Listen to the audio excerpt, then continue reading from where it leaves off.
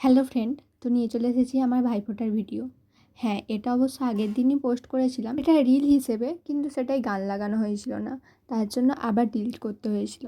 যখন ডিলিট করলাম ভাবলাম যে না থাক, একটু বড় করে নিজের ভয়েস দিয়েই দিই। এমনিতেই সেদিন একটু দেরি হয়ে গেছিলো রেডি হতে, মা খুব বকাও দিচ্ছিল। আর আমি অন্যবারের মতো খুব একটা তাড়াতাড়িও করছিলাম না, কারণ ছোটদার আসতে দেরি হতো। ভেবেছিলাম ছোটদা যখন আসবে ততক্ষণকে তো আমার সব কিছু রেডি হয়েই যাবে। তাই প্রথমে সব কিছু রেডি করে আমি এখানে কৃষ্ণদাদাকে ফোঁটা দিয়ে দিয়েছিলাম। যবে থেকে কৃষ্ণদাদা আমাদের বাড়িতে এসেছে তবে থেকেই আমি কৃষ্ণদাদাকে এভাবে রাখিও পরাই আর ফোঁটাও দিই। আসলে আমার মনে হয় ভক্তিটা যার যার মনের ভাব। তুমি সৎ পথে থেকে যেইভাবে ভগবানকে ডাকবে, ভগবান ঠিক সেইভাবেই তোমার কাছে থাকবে। তারপর কৃষ্ণদাদাকে ফোঁটা দেওয়া হয়ে যেতে দাদাকে আর ভাইকে আমি ফোঁটা দিয়ে দিচ্ছিলাম। দাদা তো বাড়িতে ছিলই, আর ভাই আমাদের কাছে ফোঁটা নেওয়া হয়ে গেলে ওর দিদির বাড়ি যেত, ওই জন্য তাড়াতাড়ি করে ফোঁটা দিয়ে দিচ্ছিলাম। তোমাদের একটা মজার কথা বলি, দাদার সাথে কিন্তু আমার ফোঁটার আগের দিন অবধি ঝগড়া ছিল। আমি কিন্তু ঝগড়া করিনি আর ও আমার সাথে ঝগড়া করেনি, কিন্তু কিছু একটা হয়েছিল যার জন্য দাদা আমার সাথে কথা বলেনি। আমি কথা বলতে গেলেও দাদা আমার সাথে কথা বলছিল না। কিন্তু ভাইফোঁটার আগের দিন আমার মনে পড়লো, ও আগের দিন তো ভাইফোঁটা, ওর সাথে কথা না বললে ওকে আমি ফোঁটা দেবো কী করে। ওই জন্য আমি ফোন করে বলেছিলাম, দাদা তুই যেখানেই থাকিস তাড়াতাড়ি করে চলে আসবি, আগের দিন তো ভাইফোঁটা, আমার জন্য গিফট আনবি। এইভাবেই আমি ঝগড়া থেকে ভাব করেছিলাম।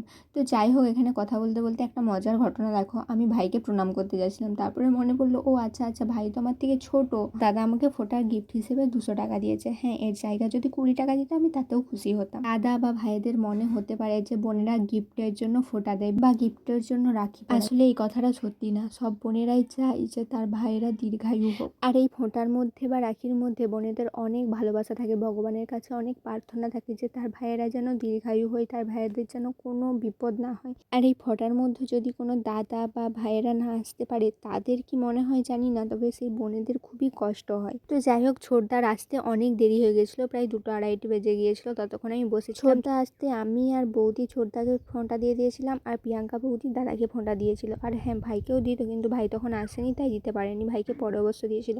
আর এখানে এই মজার ঘটনাটা দেখো, দাদাকে বরণ করতে করতে দাদার চুলে আগুন ধরে গিয়েছিল।